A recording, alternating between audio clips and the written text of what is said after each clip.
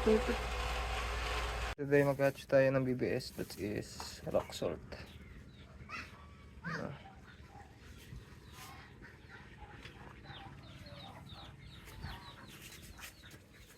So baby, lagyan natin siya dito.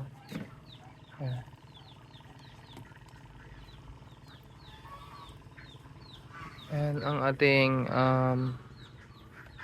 BBS hatcher na setup. Ito ang ating maliit na oxygen. Tapos ito yung hatcher na nabili natin. Magandang setup na yun ng hatcher. Dito na din lalabas ang mga, pag meron ng hatch na mga brine shrimp, dito din siya lalabas. Kaya madali na siya. Maglagay na tayo ng BBS eggs. So, ganito ang itsura niya pag nilabas mo siya doon sa plastic. Ayan. Mga itlog yan ng shrimp, brine shrimp.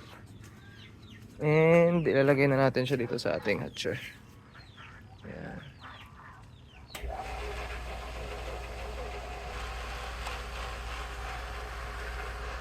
We missed. Damn it. Natapon yata yung lagay natin. Kasi tayong videographer. Natapon sa baba.